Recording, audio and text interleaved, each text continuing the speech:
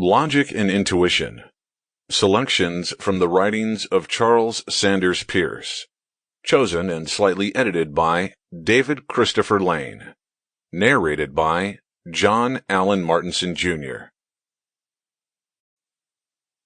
The fixation of belief.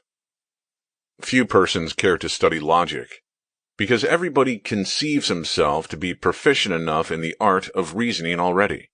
But I observe that this satisfaction is limited to one's own ratiocination, and does not extend to that of other men. We come to the full possession of our power of drawing inferences, the last of all our faculties, for it is not so much a natural gift as a long and difficult art. The history of its practice would make a grand subject for a book. The medieval schoolmen, following the Romans, made logic the earliest of a boy's studies after grammar, as being very easy. So it was as they understood it. Its fundamental principle, according to them, was that all knowledge rests either on authority or reason, but that whatever is deduced by reason depends ultimately on a premise derived from authority. Accordingly, as soon as a boy was perfect in the syllogistic procedure, his intellectual kit of tools was held to be complete. To Roger Bacon, that remarkable mind who, in the middle of the 13th century, was almost a scientific man, the schoolman's conception of reasoning appeared only an obstacle to truth. He saw that experience alone teaches anything, a proposition which to us seems easy to understand because a distinct conception of experience has been handed down to us from former generations, which to him likewise seemed perfectly clear, because its difficulties had not yet unfolded themselves. Of all kinds of experience, the best, he thought, was interior illumination, which teaches many things about nature which the external senses could never discover, such as the transubstantiation of bread. 4 centuries later, the more celebrated Bacon, in the first book of his Novum Organum, gave his clear account of experience as something which must be open to verification and re-examination. But superior as Lord Bacon's conception is to earlier notions, a modern reader who is not in awe of his grandiloquence is chiefly struck by the inadequacy of his view of scientific procedure, that we have only to make some crude experiments, to draw up briefs of the results in certain blank forms, to go through these by rule, checking off everything disproved and setting down the alternatives, and that thus in a few years physical science would be finished up. What an idea! He wrote on science like a Lord Chancellor. Indeed, as Harvey, a genuine man of science, said. The earlier scientists, Copernicus, Tycho Brahe, Kepler, Galileo, Harvey, and Gilbert, had methods more like those of their modern brethren. Kepler undertook to draw a curve through the places of Mars, and to state the times occupied by the planet in describing the different parts of that curve. But perhaps his greatest service to science was in impressing on men's minds that this was the thing to be done if they wished to improve astronomy, that they were not to content themselves with inquiring whether one system of epicycles was better than another, but they were to sit down to the figures and find out what the curve in truth was. He accomplished this by his incomparable energy and courage, blundering along in the most inconceivable way, to us, from one irrational hypothesis to another, until, after trying 22 of these, he fell, by the mere exhaustion of his invention, upon the orbit which a mind well furnished with the weapons of modern logic would have tried almost at the outset. In the same way, every work of science great enough to be well remembered for a few generations affords some exemplification of the defective state of the art of reasoning of the time when it was written, and each chief step in science has been a lesson in logic. It was so when Lavoisier and his contemporaries took up the study of chemistry. The old chemist's maxim had been lege, lege, lege, labora ora et relege. Lavoisier's method was not to read and pray, but to dream that some long and complicated chemical process would have a certain effect, to put it into practice with dull patience after its inevitable failure, to dream that with some modification it would have another result, and to end by publishing the last dream as a fact. His way was to carry his mind into his laboratory, and literally to make of his alembics and cucurbits instruments of thought, giving a new conception of reasoning as something which was to be done with one's eyes open, in manipulating real things instead of words and fancies. The Darwinian controversy is, in large part, a question of logic.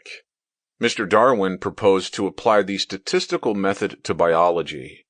The same thing has been done in a widely different branch of science, the theory of gases.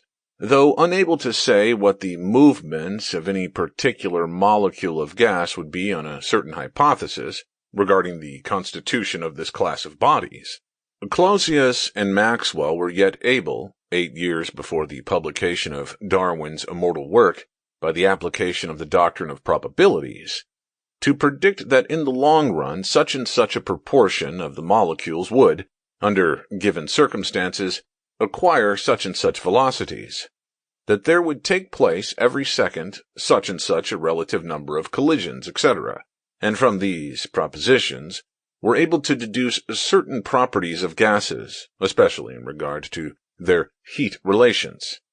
In like manner, Darwin, while unable to say what the operation of variation and natural selection in any individual case will be, demonstrates that in the long run they will, or would, adapt animals to their circumstances.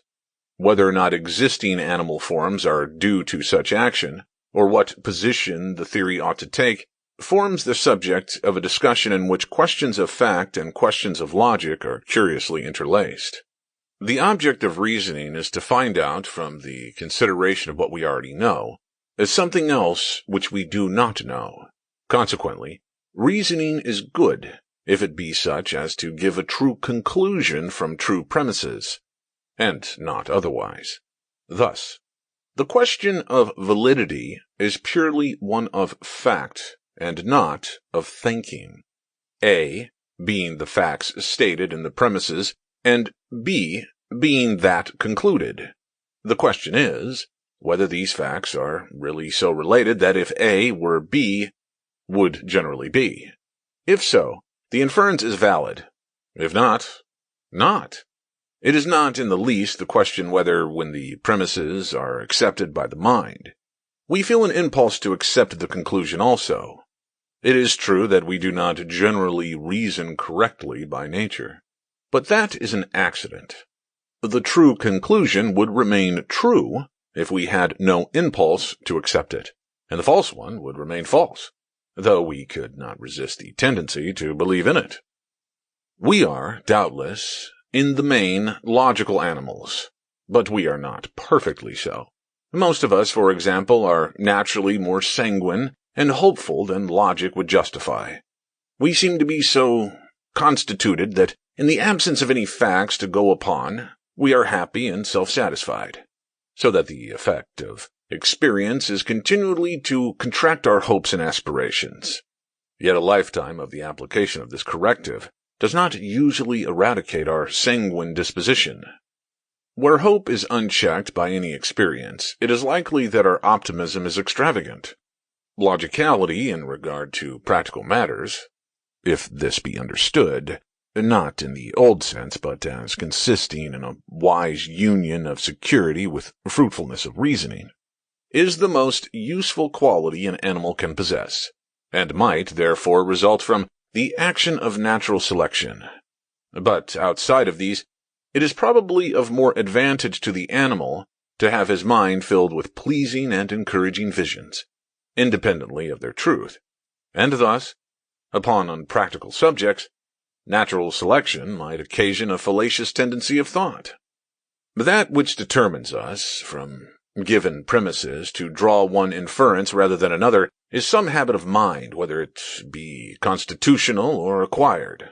The habit is good or otherwise according as it produces true conclusions, from true premises or not, and an inference is regarded as valid or not, without reference to the truth or falsity of its conclusion specially, but according as the habit which determines it is such as to produce true conclusions in general or not. The particular habit of mind which governs this or that inference may be formulated in a proposition whose truth depends on the validity of the inferences which the habit determines, and such a formula is called a guiding principle of inference. Suppose, for example, that we observe that a rotating disk of copper quickly comes to rest when placed between the poles of a magnet, and we infer that this will happen with every disk of copper.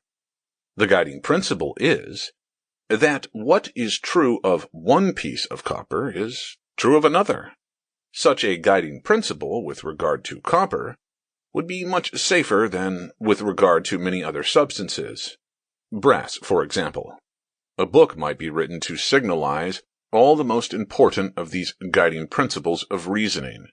It would probably be, we must confess, of no service to a person whose thought is directed wholly to practical subjects, and whose activity moves along thoroughly beaten paths. The problems that present themselves to such a mind are matters of routine, which he has learned once for all to handle in learning his business. But let a man venture into an unfamiliar field, or where his results are not continually checked by experience, and all history shows that the most masculine intellect will oftentimes lose his orientation and waste his efforts in directions which bring him no nearer to his goal, or even carry him entirely astray. He is like a ship in the open sea, with no one on board who understands the rules of navigation, and in such a case, some general study of the guiding principles of reasoning will be sure to be found useful.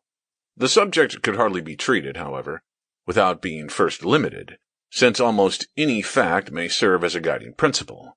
But it so happens that there exists a division among facts, such that in one class are all those which are absolutely essential as guiding principles, while in the others are all which have any other interest as objects of research. This division is between those which are necessarily taken for granted in asking why a certain conclusion is thought to follow from certain premises, and those which are not implied in such a question.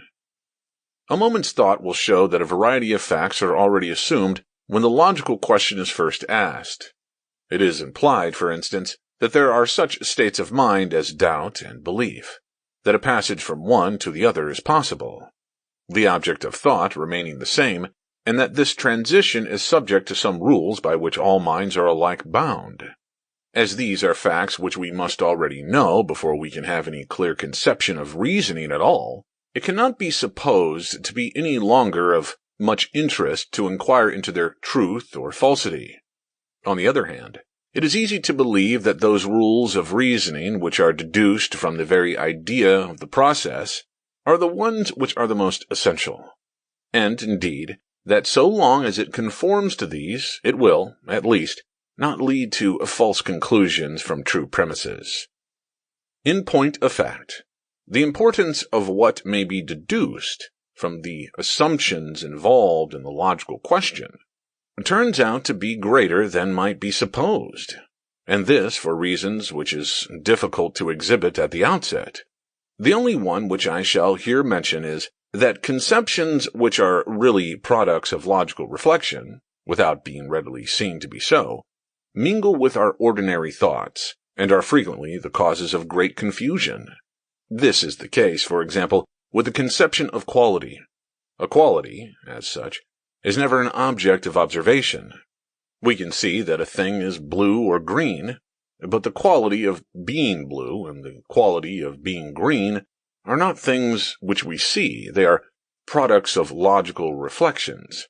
The truth is that common sense, or thought as it first emerges above the level of the narrowly practical, is deeply imbued with that bad logical quality to which the epithet metaphysical is commonly applied, and nothing can clear it up but a severe course of logic. We generally know when we wish to ask a question and when we wish to pronounce a judgment, for there is a dissimilarity between the sensation of doubting and that of believing. But this is not all which distinguishes doubt from belief. There is a practical difference. Our beliefs guide our desires and shape our actions. The assassins, or followers of the old man of the mountain, used to rush into death at his least command, because they believed that obedience to him would ensure everlasting felicity. Had they doubted this, they would not have acted as they did. So it is with every belief, according to its degree. The feeling of believing is a more or less sure indication of there being established in our nature some habit which will determine our actions. Doubt never has such an effect. Nor must we overlook a third point of difference. Doubt is an uneasy and dissatisfied state from which we struggle to free ourselves and pass into the state of belief, while the latter is a calm and satisfactory state which we do not wish to avoid, or to change to a belief in anything else. On the contrary, we cling tenaciously, not merely to believing, but to believing just what we do believe. Thus, both doubt and belief have positive effects upon us, though very different ones. Belief does not make us act at once, but puts us into such a condition that we shall behave in some certain way when the occasion arises. Doubt has not the least such active effect, but stimulates us to inquiry until it is destroyed. This reminds us of the irritation of a nerve and the reflex action produced thereby, while for the analog of belief in the nervous system, we must look to what are called nervous associations. For example, to that habit of the nerves in consequence of which the smell of a peach will make the mouth water. The irritation of doubt causes a struggle to attain a state of belief. I shall term this struggle inquiry, though it must be admitted that this is sometimes not a very apt designation. The irritation of doubt is the only immediate motive for the struggle to attain belief. It is certainly best for us that our beliefs should be such as may truly guide our actions, so as to satisfy our desires. And this reflection will make us reject every belief which does not seem to have been so formed as to ensure this result. But it will only do so by creating a doubt in the place of that belief. With the doubt, therefore, the struggle begins, and with the cessation of doubt it ends. Hence, the sole object of inquiry is the settlement of opinion. We may fancy that this is not enough for us, and that we seek not merely an opinion, but a true opinion. But put this fancy to the test, and it proves groundless. For as soon as a firm belief is reached, we are entirely satisfied, whether the belief be true or false. And it is clear that nothing out of the sphere of our knowledge can be our object. For nothing which does not affect the mind can be the motive for mental effort. The most that can be maintained is that we seek for a belief that we shall think to be true. But we think each one of our beliefs to be true, and indeed it is mere tautology to say so. That the settlement of opinion is the sole end of inquiry is a very important proposition.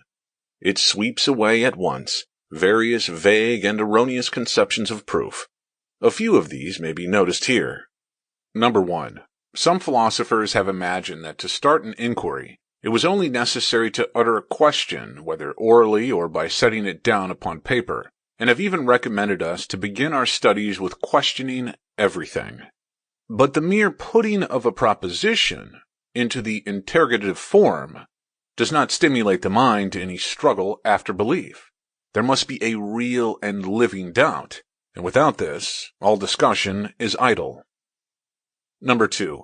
It is a very common idea that a demonstration must rest on some ultimate and absolutely indubitable propositions.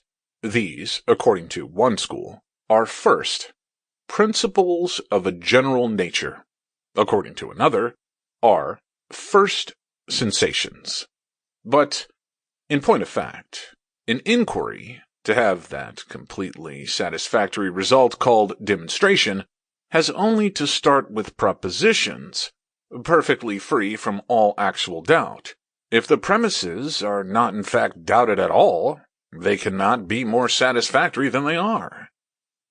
Number 3. Some people seem to love to argue a point after all the world is fully convinced of it, but no further advance can be made.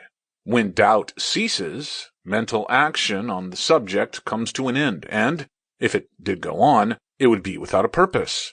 If the settlement of opinion is the sole object of inquiry, and if belief is of the nature of a habit, why should we not attain the desired end by making as answer to a question any we may fancy, and constantly reiterating it to ourselves, dwelling on all which may conduce to that belief, and learning to turn with contempt and hatred from anything that might disturb it? This simple and direct method is really pursued by many men.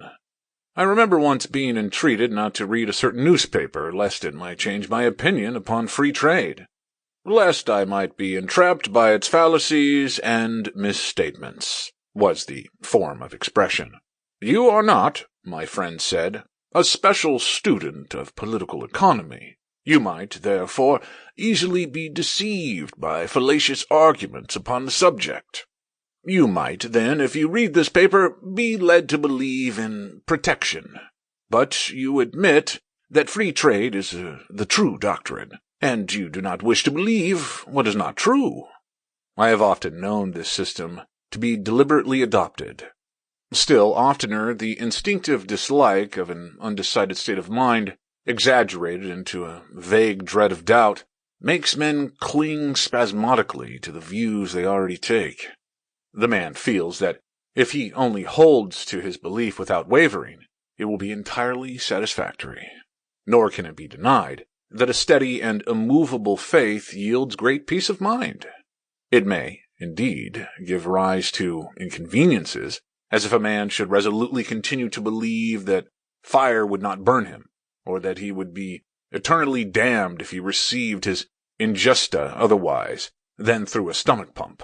But then the man who adopts this method will not allow that its inconveniences are greater than its advantages. He will say, "I hold steadfastly to the truth, and the truth is always wholesome." And in many cases it may very well be that the pleasure he derives from his calm faith overbalances any inconveniences resulting from its deceptive character. Thus, if it be true that death is annihilation, then the man who believes that he will certainly go straight to heaven when he dies, provided he have fulfilled certain simple observances in this life, has a cheap pleasure which will not be followed by the least disappointment. A similar consideration seems to have weight with many persons in religious topics, for we frequently hear it said, "Oh, I could not believe so-and-so, because I should be wretched if I did." When an ostrich buries its head in the sand as danger approaches, it very likely takes the happiest course. It hides the danger, and then calmly says, "There is no danger." And if it feels perfectly sure there is none, why should it raise its head to see? A man may go through life systematically keeping out of view all that might cause a change in his opinions, and if he only succeeds, basing his method, as he does, on two fundamental psychological laws, I do not see what can be said against his doing so. It would be an egotistical impertinence to object that his procedure is irrational, for that only amounts to saying that his method of settling belief is not ours. He does not propose to himself to be rational, and, indeed, will often talk with scorn of man's weak and elusive reason. So, let him think as he pleases. But this method of fixing belief, which may be called the method of tenacity, will be unable to hold its ground in practice. The social impulse is against it. The man who adopts it will find that other men think differently from him, and it will be apt to occur to him, and in some saner moment, that their opinions are quite as good as his own, and this will shake his confidence in his belief. This conception, that another man's thought or sentiment may be equivalent to one's own, is a distinctly new step, and a highly important one. It arises from an impulse too strong in man to be suppressed, without danger of destroying the human species. Unless we make ourselves hermits, we shall necessarily influence each other's opinions, so that the problem becomes how to fix belief, not in the individual merely, but in the community. Let the will of the state act, then, instead of that of the individual. Let an institution be created which shall have for its object to keep correct doctrines before the attention of the people, to reiterate them perpetually, and to teach them to the young, having at the same time power to prevent contrary doctrines from being taught, advocated, or expressed. Let all possible causes of a change of mind be removed from men's apprehensions. Let them be kept ignorant, lest they should learn of some reason to think otherwise than they do. Let their passions be enlisted, so that they may regard private and unusual opinions with hatred and horror. Then, let all men who reject the established belief be terrified into silence. Let the people turn out and tar and feather such men, or let inquisitions be made into the manner of thinking of suspected persons, and, when they are found guilty of forbidden beliefs, let them be subjected to some signal punishment. When complete agreement could not otherwise be reached, a general massacre of all who have not thought in a certain way has proved a very effective means of settling opinion in a country. If the power to do this be wanting, let a list of opinions be drawn up, to which no man of the least independence of thought can assent, and let the faithful be required to accept all these propositions, in order to segregate them as radically as possible from the influence of the rest of the world. This method has, from the earliest times, been one of the chief means of upholding correct theological and political doctrines, and of preserving their universal or Catholic character. In Rome especially it has been practiced from the days of Numa Pompilius to those of Pius Nonus. This is the most perfect example in history, but wherever there is a priesthood, and no religion has been without one, this method has been more or less made use of. Wherever there is an aristocracy, or a guild, or any association of a class of men whose interests depend, or are supposed to depend, on certain propositions, there will be inevitably found some traces of this natural product of social feeling. Cruelty has always accompanied the system, and when it is consistently carried out, they become atrocities of the most horrible kind in the eyes of any rational man. Nor should this occasion surprise, for the officer of a society does not feel justified in surrendering the interests of that society for the sake of mercy, as he might his own private interests. It is natural, therefore, that sympathy and fellowship should thus produce a most ruthless power. In judging this method of fixing belief, which may be called the method of authority, we must, in the first place, allow its immeasurable mental and moral superiority to the method of tenacity. Its success is proportionately greater, and, in fact, it has over and over again worked the most majestic results. The mere structures of stone which it has caused to be put together, in Siam, for example, in Egypt and in Europe, have many of them a sublimity hardly more than rivaled by the greatest works of nature. And, except the geological epochs, there are no periods of time so vast as those which are measured by some of these organized faiths. If we scrutinize the matter closely, we shall find that there has not been one of their creeds which has remained always the same. Yet the change is so slow as to be imperceptible during one person's life, so that individual belief remains sensibly fixed. For the mass of mankind, then, there is perhaps no better method than this. If it is their highest impulse to be intellectual slaves, then slaves they ought to remain. But no institution can undertake to regulate opinions upon every subject. Only the most important ones can be attended to, and on the rest men's minds must be left to the action of natural causes. This imperfection will be no source of weakness so long as men are in such a state of culture that one opinion does not influence another. That is, so long as they cannot put two and two together. But in the most priest-ridden states, some individuals will be found who are raised above that condition. These men possess a wider sort of social feeling.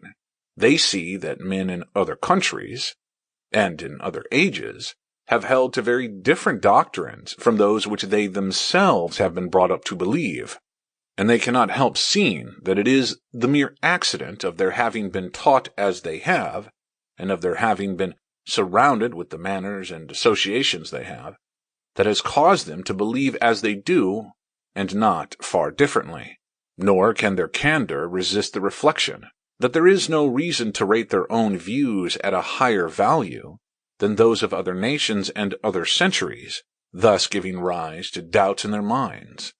They will further perceive that such doubts as these must exist in their minds with reference to every belief which seems to be determined by the caprice either of themselves or of those who originated the popular opinions. The willful adherence to a belief and the arbitrary forcing of it upon others must, therefore, both be given up. A different new method of settling opinions must be adopted that shall not only produce an impulse to believe, but shall also decide what proposition it is which is to be believed. Let the action of natural preferences be unimpeded, then, and under their influence let men, conversing together and regarding matters in different lights, gradually develop beliefs in harmony with natural causes. This method resembles that by which conceptions of art have been brought to maturity. The most perfect example of it is to be found in the history of metaphysical philosophy. Systems of this sort have not usually rested upon any observed facts, at least not in any great degree. They have been chiefly adopted because their fundamental propositions seemed agreeable to reason. This is an apt expression, and it does not mean that which agrees with experience, but that which we find ourselves inclined to believe. Plato, for example, finds it agreeable to reason that the distances of the celestial spheres from one another should be proportional to the different lengths of strings which produce harmonious chords. Many philosophers have been led to their main conclusions by considerations like this.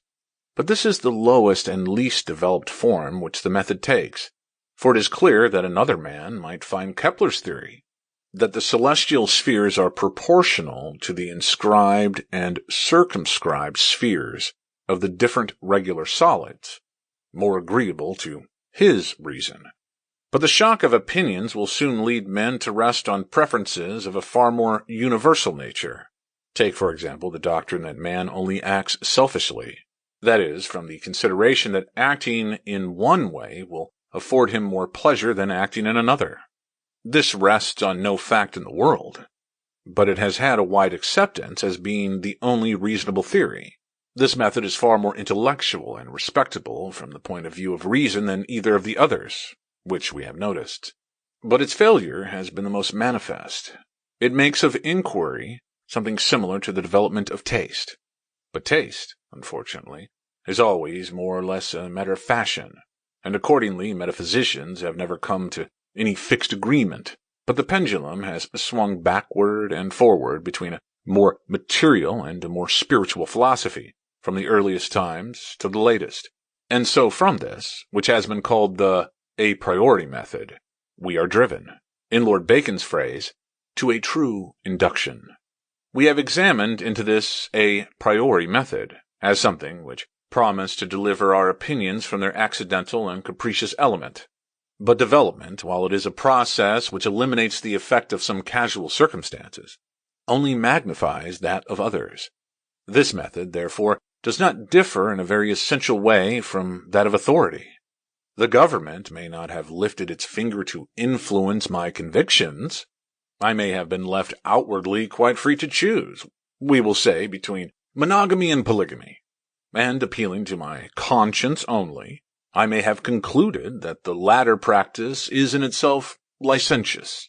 But when I come to see that the chief obstacle to the spread of Christianity among a people of as high culture as the Hindus has been a conviction of the immorality of our way of treating women, I cannot help seeing that, though governments do not interfere, sentiments in their development will be very greatly determined by accidental causes. Now there are some people, among whom I must suppose that my reader is to be found, who, when they see that any belief of theirs is determined by any circumstance extraneous to the facts, will from that moment not merely admit in words that that belief is doubtful, but will experience a real doubt of it, so that it ceases to be a belief. To satisfy our doubts, therefore, it is necessary that a method should be found by which our beliefs may be determined by nothing human, but by some external permanency, by something upon which our thinking has no effect. Some mystics imagine that they have such a method in a private inspiration from on high, but that is only a form of the method of tenacity, in which the conception of truth as something public is not yet developed. Our external permanency would not be external in our sense if it was restricted in its influence to one individual. It must be something which affects, or might affect, every man. And though these affections are necessarily as various as our individual conditions, yet the method must be such that the ultimate conclusion of every man shall be the same. Such is the method of science. Its fundamental hypothesis, restated in more familiar language, is this: there are real things whose characters are entirely independent of our opinions about them. Those reals affect our senses according to regular laws, and though our senses are as different as are our relations to the objects, yet by taking advantage of the laws of perception, we can ascertain by reasoning how things really and truly are. And any man, if he have sufficient experience and he reason enough about it, will be led to the one true conclusion. The new conception here involved is that of reality. It may be asked how I know that there are any reals. If this hypothesis is the sole support of my method of inquiry, my method of inquiry must not be used to support my hypothesis. The reply is this. Number 1. If investigation cannot be regarded as proving that there are real things, it at least does not lead to a contrary conclusion, but the method and the conception on which it is based remain ever in harmony. No doubts of the method, therefore, necessarily arise from its practice, as is the case with all the others. Number 2. The feeling which gives rise to any method of fixing belief is a dissatisfaction at two repugnant propositions. But here already is a vague concession that there is some one thing which a proposition should represent. Nobody, therefore, can really doubt that there are reals, for, if he did, doubt would not be a source of dissatisfaction. The hypothesis, therefore, is one which every mind admits, so that the social impulse does not cause men to doubt it. Number 3. Everybody uses the scientific method about a great many things, and only ceases to use it when he does not know how to apply it. Number 4. Experience of the method has not led us to doubt it, but, on the contrary, scientific investigation has had the most wonderful triumphs in the way of settling opinion. These afford the explanation of my not doubting the method or the hypothesis which it supposes, and not having any doubt nor believing that anybody else whom I could influence has. It would be the merest babble for me to say more about it. If there be anybody with a living doubt upon the subject, let him consider it. To describe the method of scientific investigation is the object of this series of papers. At present, I have only room to notice some points of contrast between it and other methods of fixing belief. This is the only one of the 4 methods which presents any distinction of a right and wrong way. If I adopt the method of tenacity, and shut myself out from all influences, whatever I think necessary to doing this is necessary according to that method. So, with the method of authority, the state may try to put down heresy by means which, from a scientific point of view, seem very ill-calculated to accomplish its purposes. But the only test on that method is what the state thinks, so that it cannot pursue the method wrongly. So with the a priori method. The very essence of it is to think as one is inclined to think. All metaphysicians will be sure to do that. However, they may be inclined to judge each other to be perversely wrong. The Hegelian system recognizes every natural tendency of thought as logical, although it be certain to be abolished by counter-tendencies. Hegel thinks there is a regular system in the succession of these tendencies, in consequence of which, after drifting one way and the other for a long time, opinion will at last go right. And it is true that metaphysicians do get the right ideas at last. Hegel's system of nature represents tolerably the science of his day, and one may be sure that whatever scientific investigation shall have put out of doubt will presently receive a priori demonstration on the part of the metaphysicians. But with the scientific method, the case is different. I may start with known and observed facts to proceed to the unknown, and yet the rules which I follow in doing so may not be such as investigation would approve. The test of whether I am truly following the method is not an immediate appeal to my feelings and purposes, but, on the contrary, itself involves the application of the method. Hence, it is that bad reasoning as well as good reasoning is possible, and this fact is the foundation of the practical side of logic. It is not to be supposed that the first three methods of settling opinion present no advantage whatever over the scientific method. On the contrary, each has some peculiar convenience of its own. The a priori method is distinguished for its comfortable conclusions.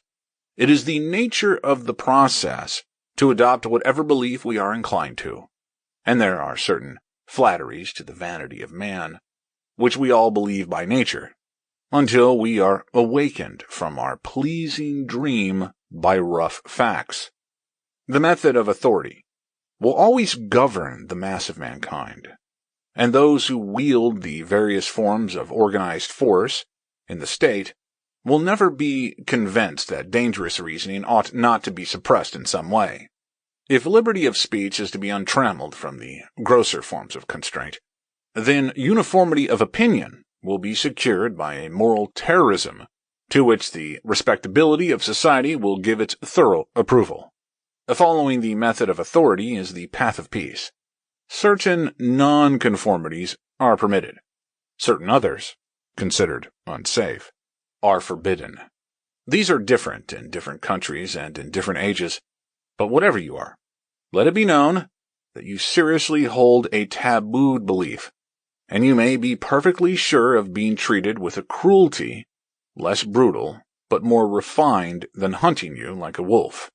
Thus, the greatest intellectual benefactors of mankind have never dared, and dare not now, to utter the whole of their thought, and thus a shade of prima facie doubt is cast upon every proposition which is considered essential to the security of society.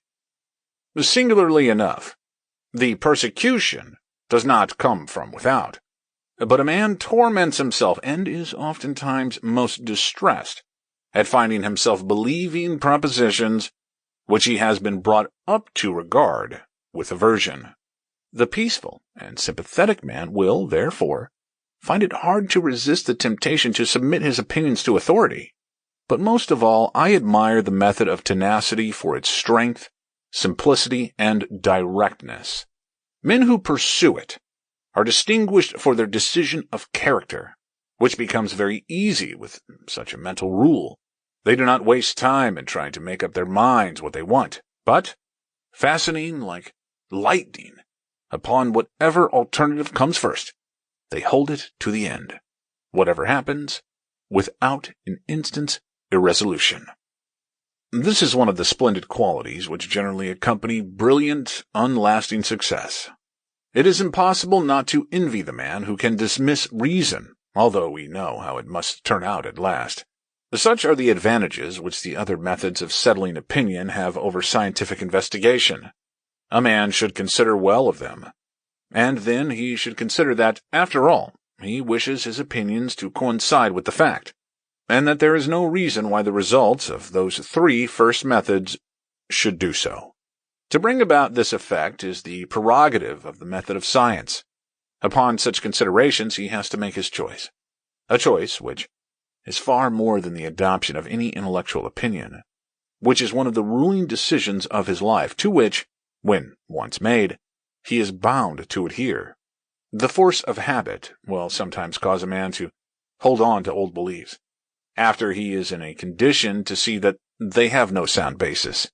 But reflection upon the state of the case will overcome these habits, and he ought to allow reflection its full weight. The people sometimes shrink from doing this, having an idea that beliefs are wholesome, which they cannot help feeling rest on nothing. But let such persons suppose an analogous, though different, case from their own.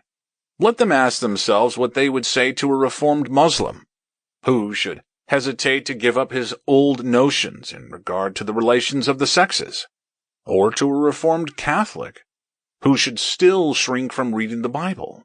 Would they not say that these persons ought to consider the matter fully and clearly understand the new doctrine, and then ought to embrace it in its entirety? But, above all, let it be considered that what is more wholesome than any particular belief is integrity of belief, and that to avoid looking into the support of any belief from a fear that it may turn out rotten is quite as immoral as it is disadvantageous. The person who confesses that there is such a thing as truth, which is distinguished from falsehood simply by this, that if acted on, it should, on full consideration, carry us to the point we aim at and not astray, and then, though convinced of this, dares not know the truth and seeks to avoid it, is in a sorry state of mind indeed. Yes, the other methods do have their merits. A clear, logical conscience does cost something, just as any virtue, just as all that we cherish, costs us dear. But we should not desire it to be otherwise. The genius of man's logical method should be loved and reverenced as his bride, whom he has chosen from all the world. He need not condemn the others. On the contrary, he may honor them deeply, and in doing so, he only honors her the more. But she is the one that he has chosen, and he knows that he was right in making that choice. And having made it, he will work and fight for her, and will not complain that there are blows to take, hoping that there may be as many and as hard to give, and will strive to be the worthy knight and champion of her, from the blaze of whose splendors he draws his inspiration and his courage. Questions concerning certain faculties claimed for man. Question number 1. Whether by the simple contemplation of a cognition, independently of any previous knowledge and without reasoning from signs, we are enabled rightly to judge whether that cognition has been determined by a previous cognition, or whether it refers immediately to its object. Throughout this paper, the term intuition will be taken as signifying a cognition not determined by a previous cognition of the same object, and therefore so determined by something out of the consciousness. Let me request the reader to note this. Intuition here will be nearly the same as, quote, premise, not itself a conclusion, unquote. The only difference being that premises and conclusions are judgments, whereas an intuition may, as far as its definition states, be any kind of cognition whatever. But just as a conclusion, good or bad, is determined in the mind of the reasoner by its premise, so cognitions, not judgments, may be determined by previous cognitions, and cognition not so determined, and therefore determined directly by the transcendental object, is to be termed an intuition. Now, it is plainly one thing to have an intuition, and another to know intuitively that it is an intuition, and the question is whether these two things, distinguishable in thought, are, in fact, invariably connected, so that we can always intuitively distinguish between an intuition and a cognition determined by another.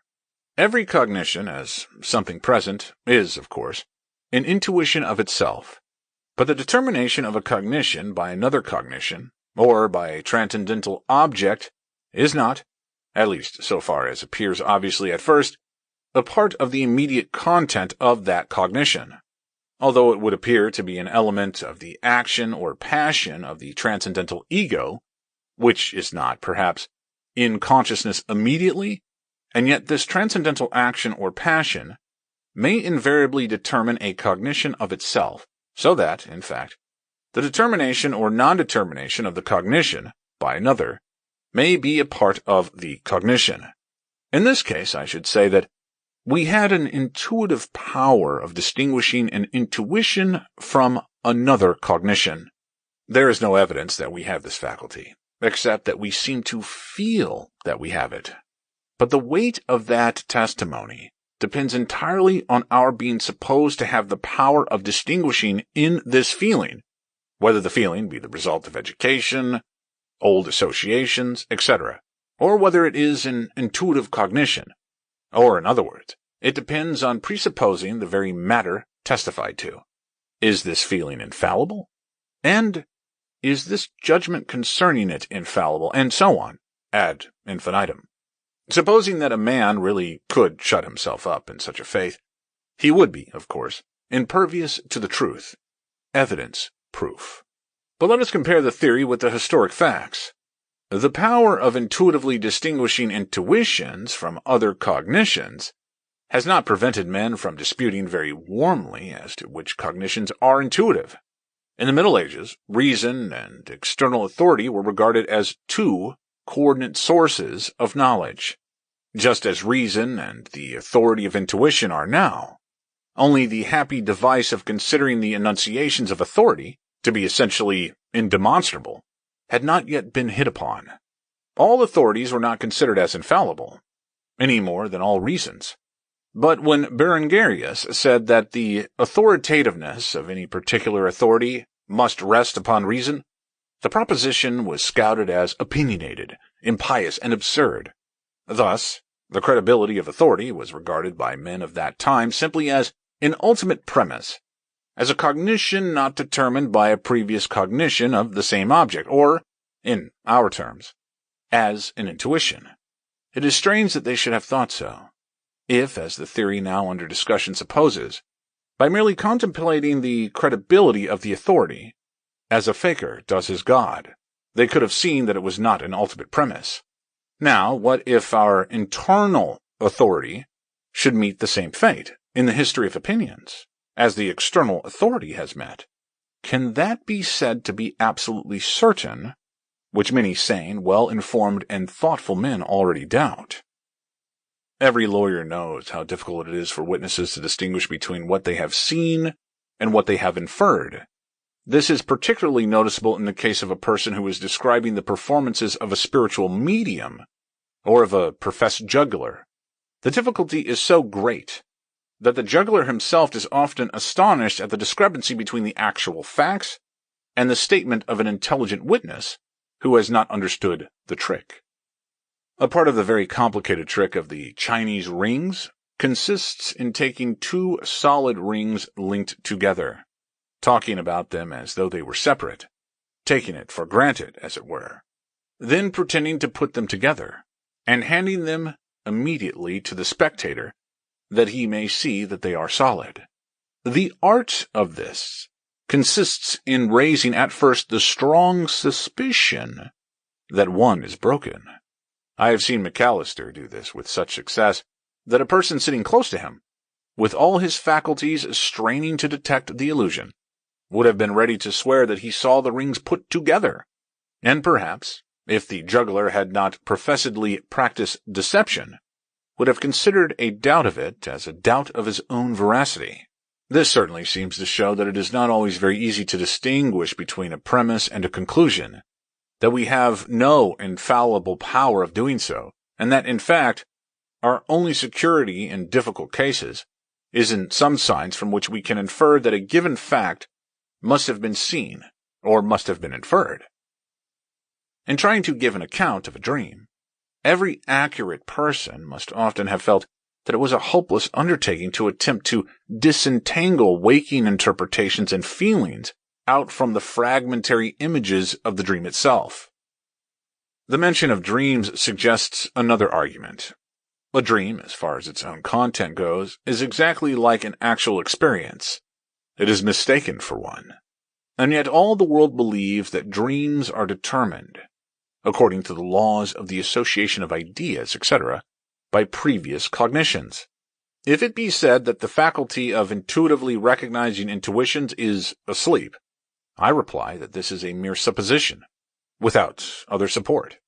Besides, even when we wake up, we do not find that the dream differed from reality, except by certain marks, darkness and fragmentariness.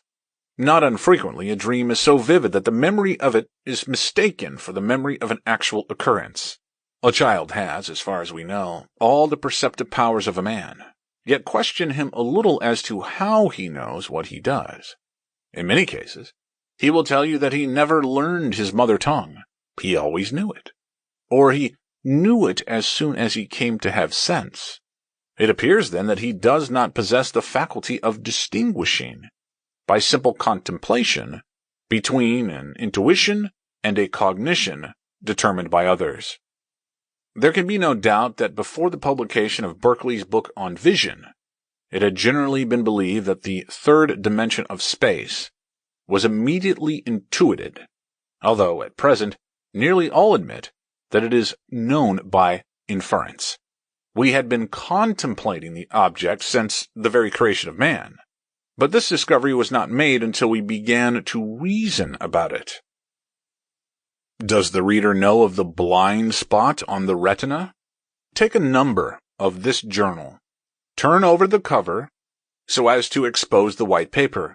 Lay it sideways upon the table, before which you must sit, and put 2 cents upon it, one near the left-hand edge, and the other to the right. Put your left hand over your left eye, and with the right eye look steadily at the left-hand cent. Then with your right hand, move the right-hand cent, which is now plainly seen, towards the left hand. When it comes to a place near the middle of the page, it will disappear. You cannot see it without turning your eye.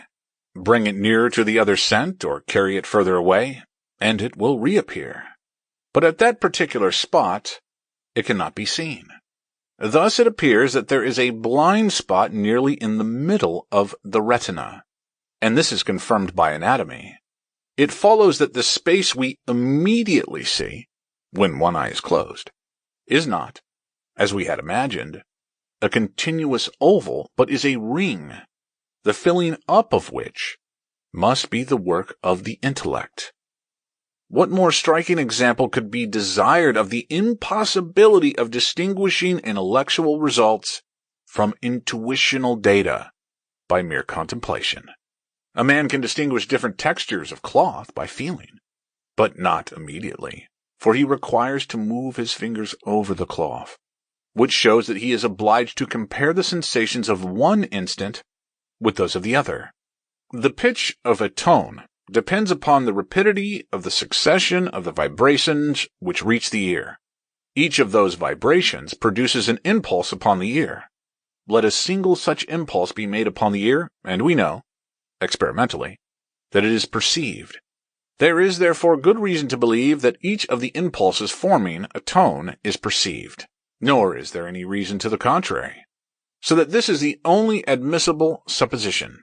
Therefore the pitch of a tone depends upon the rapidity with which certain impressions are successively conveyed to the mind. These impressions must exist previously to any tone, hence the sensation of pitch is determined by previous cognitions. Nevertheless, this would never have been discovered by the mere contemplation of that feeling. A similar argument may be urged in reference to the perception of 2 dimensions of space. This appears to be an immediate intuition. But if we were to see immediately an extended surface, our retinas must be spread out in an extended surface. Instead of that, the retina consists of innumerable needles pointing towards the light, and whose distances from one another are decidedly greater than the minimum visible. Suppose each of those nerve points conveys the sensation of a little colored surface. Still, what we immediately see must even then be not a continuous surface, but a collection of spots. Who could discover this by mere intuition? But all the analogies of the nervous system are against the supposition that the excitation of a single nerve can produce an idea as complicated as that of a space, however small. If the excitation of no one of these nerve points can immediately convey the impression of space, the excitation of all cannot do so, for the excitation of each produces some impression, according to the analogies of the nervous system. Hence, the sum of these impressions is a necessary condition of any perception produced by the excitation of all, or, in other terms, a perception produced by the excitation of all is determined by the mental impressions produced by the excitation of every one. This argument is confirmed by the fact that the existence of the perception of space can be fully accounted for by the action of faculties known to exist, without supposing it to be an immediate impression. For this purpose, we must bear in mind the following facts of physiopsychology. Number 1. The excitation of a nerve does not of itself inform us where the extremity of it is situated. If, by a surgical operation, certain nerves are displaced, our sensations from those nerves do not inform us of the displacement. Number 2. A single sensation does not inform us how many nerves or nerve points are excited. Number 3. We can distinguish between the impressions produced by the excitations of different nerve points. Number 4. The differences of impressions produced by different excitations of similar nerve points are similar. Let a momentary image be made upon the retina. By number 2, the impression thereby produced will be indistinguishable from what might be produced by the excitation of some conceivable single nerve. It is not conceivable that the momentary excitation of a single nerve should give the sensation of space. Therefore, the momentary excitation of all the nerve points of the retina cannot, immediately or mediately, produce the sensation of space. The same argument would apply to any unchanging image on the retina. Suppose, however, that the image moves over the retina. Then the peculiar excitation which at one instant affects one nerve point, at a later instant will affect another. These will convey impressions which are very similar by 4, and yet which are distinguishable by 3. Hence the conditions for the recognition of a relation between these impressions are present. There being, however, a very great number of nerve points affected by a very great number of successive excitations, the relations of the resulting impressions will be almost inconceivably complicated. Now, it is a known law of mind that when phenomena of an extreme complexity are presented, which yet would be reduced to order or mediate simplicity by the application of a certain conception, that conception sooner or later arises in application to those phenomena. In the case under consideration, the conception of extension would reduce the phenomena to unity, and therefore its genesis is fully accounted for. It remains only to explain why the previous cognitions, which determine it, are not more clearly apprehended. For this explanation, I shall refer to a paper upon a new list of categories, Section 5, merely adding that just as we are able to recognize our friends by certain appearances, although we cannot possibly say what those appearances are, and are quite unconscious of any process of reasoning, so in any case, when the reasoning is easy and natural to us, however complex may be the premises, they sink into insignificance and oblivion proportionately to the satisfactoriness of the theory based upon them. This theory of space is confirmed by the circumstance that an exactly similar theory is imperatively demanded by the facts in reference to time. That the course of time should be immediately felt is obviously impossible. For, in that case, there must be an element of this feeling at each instant. But in an instant, there is no duration, and hence no immediate feeling of duration. Hence, no one of these elementary feelings is an immediate feeling of duration, and hence the sum of all is not. On the other hand, The impressions of any moment are very complicated, containing all the images, or the elements of the images, of sense and memory, which complexity is reducible to immediate simplicity by means of the conception of time. We have, therefore, a variety of facts, all of which are most readily explained on the supposition that we have no intuitive faculty of distinguishing intuitive from immediate cognitions. Some arbitrary hypothesis may otherwise explain any one of these facts. This is the only theory which brings them to support one another. Moreover, no facts require the supposition of the faculty in question. Whoever has studied the nature of proof will see, then, that there are here very strong reasons for disbelieving the existence of this faculty. These will become still stronger when the consequences of rejecting it have, in this paper and in the following one, been more fully traced out. Question number 2. Whether we have an intuitive self-consciousness. Self-consciousness, as the term is here used, is to be distinguished both from consciousness generally, from the internal sense, and from pure apperception. Any cognition is a consciousness of the object as represented. By self-consciousness is meant a knowledge of ourselves, not a mere feeling of subjective conditions of consciousness, but of our personal selves. Pure apperception is the self-assertion of the ego. The self-consciousness here meant is the recognition of my private self. I know that I, not merely the I, exists. The question is, how do I know it? By a special intuitive faculty? Or is it determined by previous cognitions? Now, is it not self-evident that we have such an intuitive faculty?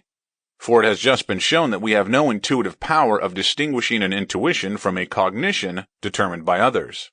Therefore, the existence or non-existence of this power is to be determined upon evidence, and the question is whether self-consciousness can be explained by the action of known faculties under conditions known to exist, or whether it is necessary to suppose an unknown cause for this cognition, and, in the latter case, whether an intuitive faculty of self-consciousness is the most probable cause which can be supposed. It is first to be observed that there is no known self-consciousness to be accounted for in extremely young children. It has already been pointed out by Kant that the late use of the very common word I with children indicates an imperfect self-consciousness in them, and that, therefore, so far as it is admissible for us to draw any conclusion in regard to the mental state of those who are still younger, it must be against the existence of any self-consciousness in them. On the other hand, children manifest powers of thought much earlier. Indeed, it is almost impossible to assign a period at which children do not already exhibit decided intellectual activity in directions in which thought is indispensable to their well-being. The complicated trigonometry of vision and the delicate adjustments of coordinated movement are plainly mastered very early. There is no reason to question a similar degree of thought in reference to themselves. A very young child may always be observed to watch its own body with great attention. There is every reason why this should be so, for from the child's point of view, this body is the most important thing in the universe. Only what it touches has an actual and present feeling. Only what it faces has an actual color. Only what is on its tongue has an actual taste. No one questions that, when a sound is heard by a child, he thinks, not of himself as hearing, but of the bell or other object as sounding. How when he wills to move a table? Does he then think of himself as desiring, or only of the table as fit to be moved? That he has the latter thought is beyond question. That he has the former must, until the existence of an intuitive self-consciousness is proved, remain an arbitrary and baseless supposition. There is no good reason for thinking that he is less ignorant of his own peculiar condition than the angry adult who denies that he is in a passion. The child, however, must soon discover by observation that things which are thus fit to be changed are apt actually to undergo this change, after a contact with that peculiarly important body called Willie or Johnny. This consideration makes his body still more important and central, since It establishes a connection between the fitness of a thing to be changed and a tendency in this body to touch it before it is changed. The child learns to understand the language. That is to say, a connection between certain sounds and certain facts becomes established in his mind. He has previously noticed the connection between these sounds and the motions of the lips of bodies somewhat similar to the central one, and has tried the experiment of putting his hand on those lips, and has found the sound in that case to be smothered. He thus connects that language with bodies somewhat similar to the central one, by efforts, so unenergetic that they should be called rather instinctive, perhaps, than tentative. He learns to produce those sounds. He begins to converse. It must be about this time that he begins to find that what these people about him say is the very best evidence of fact, so much so that testimony is even a stronger mark of fact than the facts themselves, or rather than what must now be thought of as the appearances themselves. I may remark, by the way, that this remains so through life. A testimony will convince a man that he himself is mad. A child hears it said that the stove is hot. But it is not, he says, and indeed that central body is not touching it, and only what that touches is hot or cold. But he touches it, and finds the testimony confirmed in a striking way.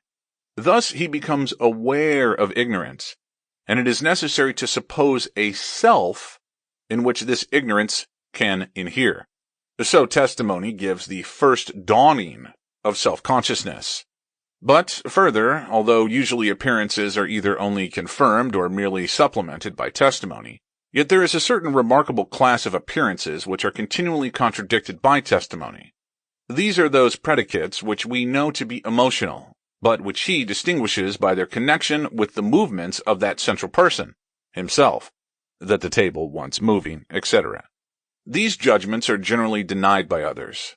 Moreover, he has reason to think that others, also, have such judgments which are quite denied by all the rest. Thus, he adds to the conception of appearance as the actualization of fact, the conception of it as something private and valid only for one body.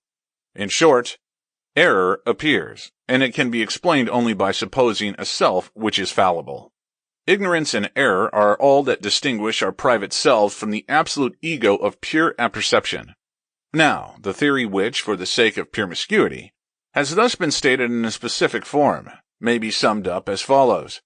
At the age at which we know children to be self-conscious, we know that they have been made aware of ignorance and error, and we know them to possess at that age powers of understanding sufficient to enable them to infer from ignorance and error their own existence.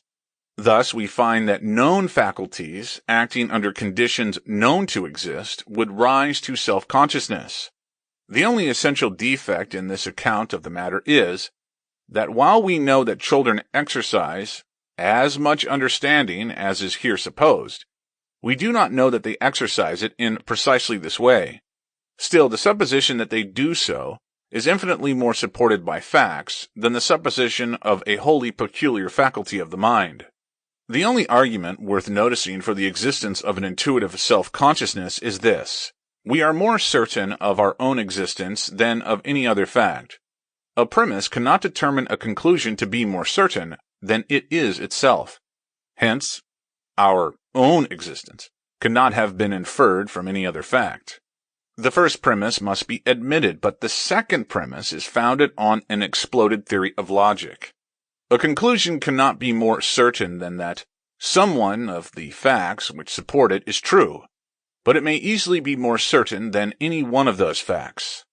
Let us suppose, for example, that a dozen witnesses testify to an occurrence. Then my belief in that occurrence rests on the belief that each of those men is generally to be believed upon oath. Yet the fact testified is made more certain than that any of those men is generally to be believed. In the same way, to the developed mind of man, his own existence is supported by every other fact, and is, therefore, incomparably more certain than any one of these facts. But it cannot be said to be more certain than that there is another fact, since there is no doubt perceptible in either case. It is to be concluded, then, that there is no necessity of supposing an intuitive self-consciousness, since self-consciousness may easily be the result of inference. Question number 3. Whether we have an intuitive power of distinguishing between the subjective elements of different kinds of cognitions. Every cognition involves something represented, or that which we are conscious, and some action or passion of the self whereby it becomes represented. The former shall be termed the objective, the latter the subjective element of the cognition. The cognition itself is an intuition of its objective element, which may therefore be called also the immediate object. The subjective element is not necessarily immediately known, but it is possible that such an intuition of the subjective element of a cognition of its character, whether that of dreaming, imagining, conceiving, believing, etc., should accompany every cognition. The question is whether this is so. It would appear, at first sight, that there is an overwhelming array of evidence in favor of the existence of such a power. The difference between seeing a color and imagining it is immense. There is a vast difference between the most vivid dream and reality. And if we had no intuitive power of distinguishing between what we believe and what we merely conceive, we never, it would seem, could in any way distinguish them, since if we did so by reasoning, the question would arise whether the argument itself was believed or conceived, and this must be answered before the conclusion could have any force. And thus there would be a regressus ad infinitum. Besides, if we do not know that we believe, then, from the nature of the case, we do not believe. But be it noted that we do not intuitively know the existence of this faculty, for it is an intuitive one, and we cannot intuitively know that a cognition is intuitive.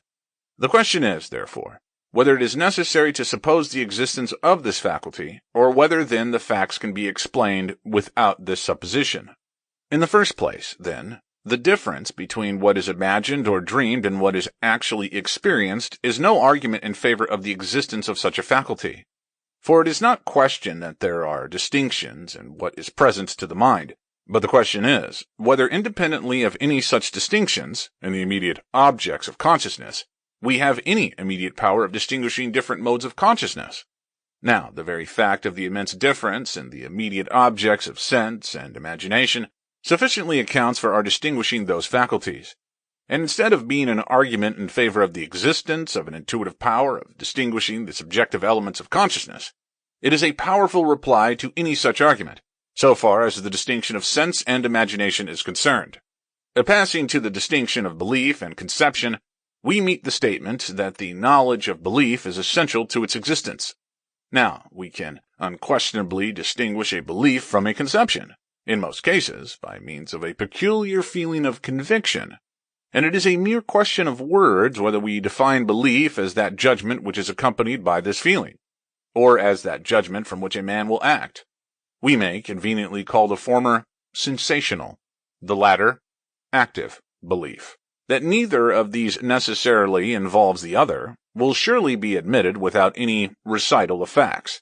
Taking belief in the sensational sense, the intuitive power of reorganizing it will amount simply to the capacity for the sensation which accompanies the judgment. This sensation, like any other, is an object of consciousness, and therefore the capacity for it implies no intuitive recognition of subjective elements of consciousness. If belief is taken in the active sense, it may be discovered by the observation of external facts, and by inference from the sensation of conviction which usually accompanies it. Thus, the arguments in favor of this peculiar power of consciousness disappear, and the presumption is again against such a hypothesis. Moreover, as the immediate objects of any two faculties must be admitted to be different, the facts do not render such a supposition in any degree necessary. Question number 4. Whether we have any power of introspection, or whether our whole knowledge of the internal world is derived from the observation of external facts. It is not intended here to assume the reality of the external world, only there is a certain set of facts which are ordinarily regarded as external, while others are regarded as internal. The question is whether the latter are known otherwise than by inference from the former. By introspection, I mean a direct perception of the internal world, but not necessarily a perception of it as internal. Nor do I mean to limit the significance of the world to intuition, but would extend it to any knowledge of the internal world not derived from external observation. There is one sense in which any perception has an internal object, namely that every sensation is partly determined by internal conditions. Thus, the sensation of redness is as it is, owing to the constitution of the mind, and in this sense, it is a sensation of something internal. Hence, we may derive a knowledge of the mind from a consideration of this sensation, but that knowledge would in fact be an inference from redness as a predicate of something external.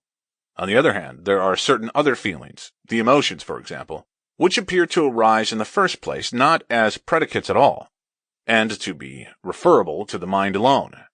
It would seem, then, that by means of these, a knowledge of the mind may be obtained, which is not inferred from any character of outward things.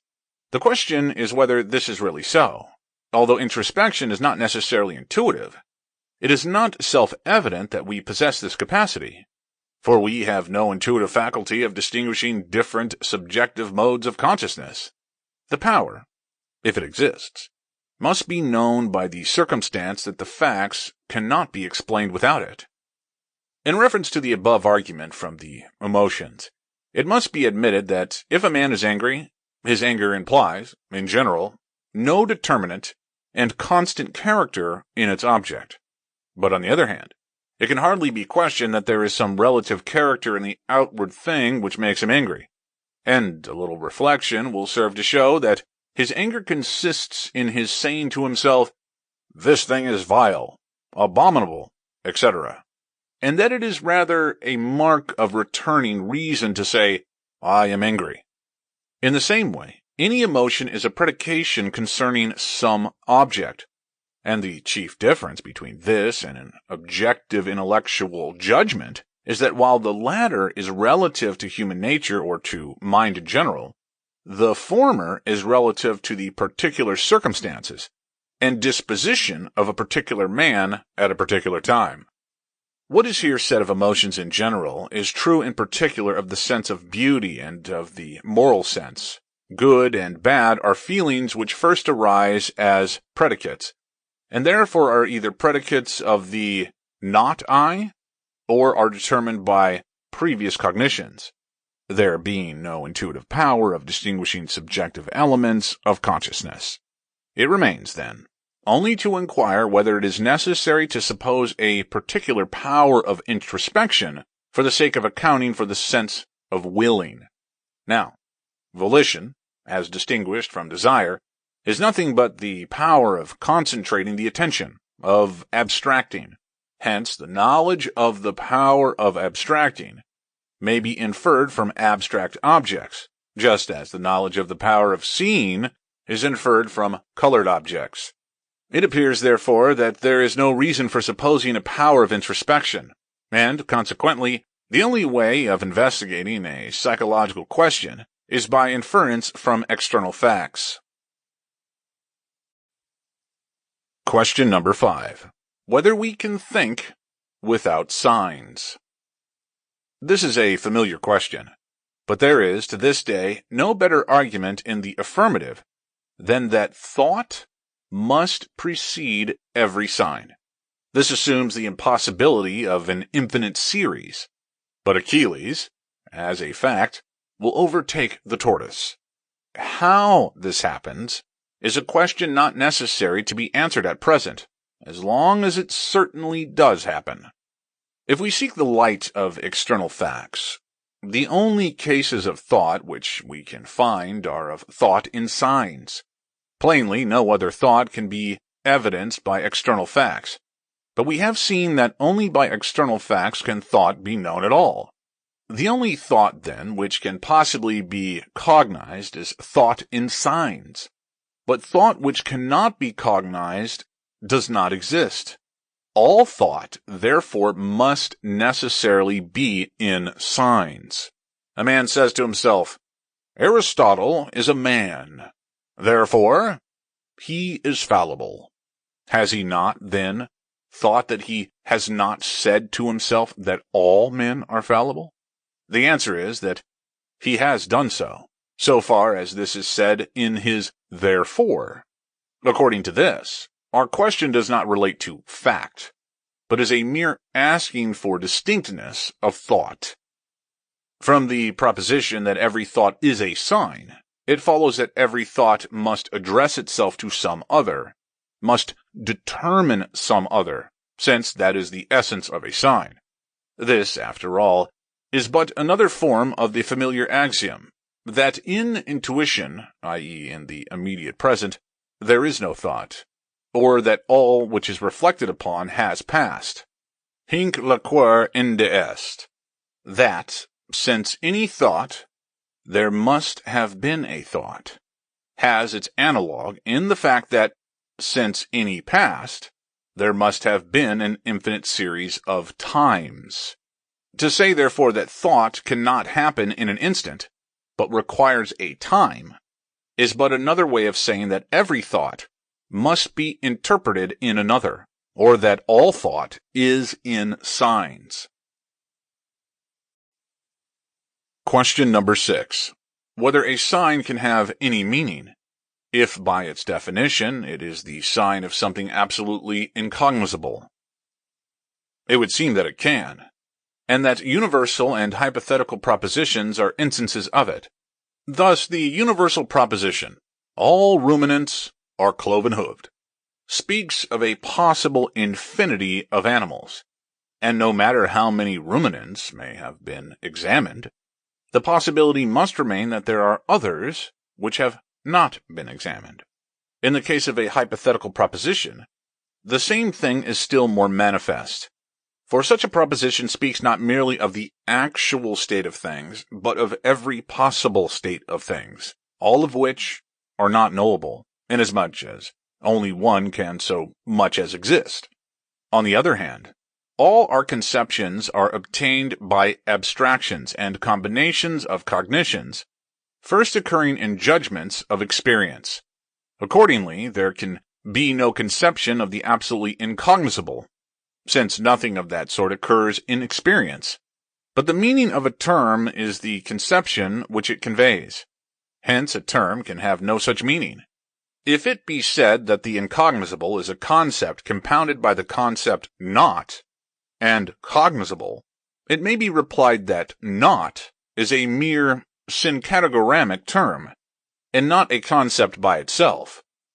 If I think white, I will not go so far as Berkeley and say that I think of a person seeing, but I will say that what I think is of the nature of a cognition, and so of anything else which can be experienced.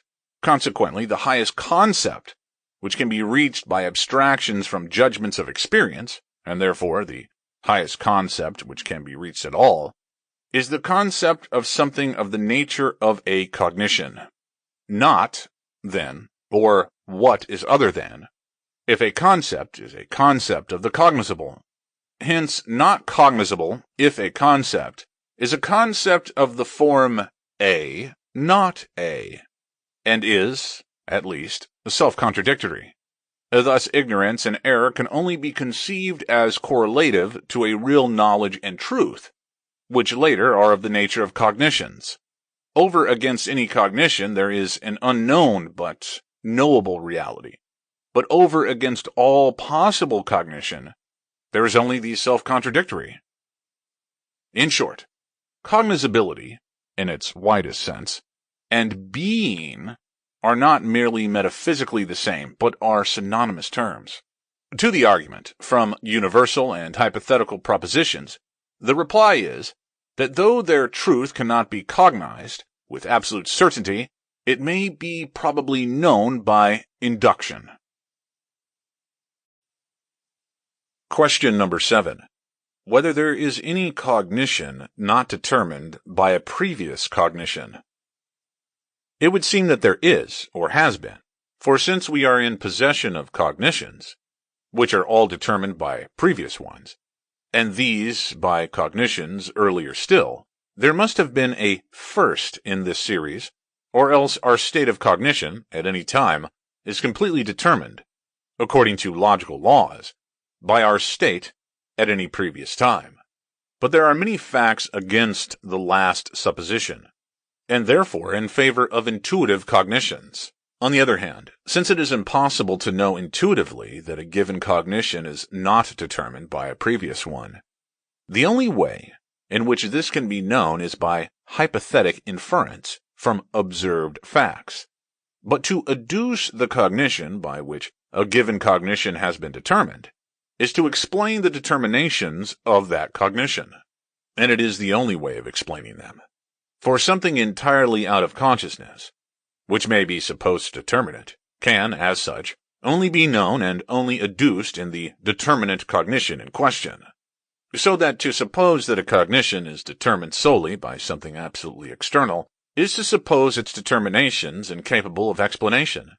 Now, this is a hypothesis which is warranted under no circumstances, inasmuch as the only possible justification for a hypothesis is that it explains the facts, and to say that they are explained, and at the same time to suppose them inexplicable, is self-contradictory. If it be objected that the peculiar character of red is not determined by any previous cognition, I reply that that character is not a character of red as a cognition. For if there be a man to whom red things look as blue ones do to me, and vice versa, that man's eyes teach him the same facts that they would if he were like me. Moreover, we know of no power by which an intuition could be known. For as the cognition is beginning, and therefore in a state of change, at only the first instant would it be intuition, and therefore the apprehension of it must take place in no time, and be an event occupying no time. Besides, all the cognitive faculties we know of are relative, and consequently their products are relations. But a cognition of a relation is determined by previous cognitions. No cognition not determined by a previous cognition, then, can be known. It does not exist, then. First, because it is absolutely incognizable, and, second, because a cognition only exists so far as it is known. The reply to the argument that there must be a first is as follows. In retracing our way from conclusions to premises, or from determined cognitions to those which determine them, we finally reach, in all cases, a point beyond which the consciousness in the determined cognition is more lively than in the cognition which determines it. We have a less lively consciousness in the cognition which determines our cognition of the third dimension than in the latter cognition itself, a less lively consciousness in the cognition which determines our cognition of a continuous surface, without a blind spot, than in this latter cognition itself, and as a less lively consciousness of the impressions which determine the sensation of tone than of that sensation itself. Indeed, when we get near enough to the external, this is the universal rule. Now let any horizontal line represent a cognition, and let the length of the line serve to measure, so to speak, the liveliness of consciousness in that cognition. A point, having no length, will, on this principle, represent an object quite out of consciousness. Let one horizontal line below another represent a cognition which determines the cognition represented by that other, and which has the same object as the latter. Let the finite distance between two such lines represent that they are two different cognitions. With this aid to thinking, let us see whether there must be a first. Suppose an inverted triangle to be gradually dipped into water. At any date or instant, the surface of the water makes a horizontal line across that triangle. This line represents a cognition.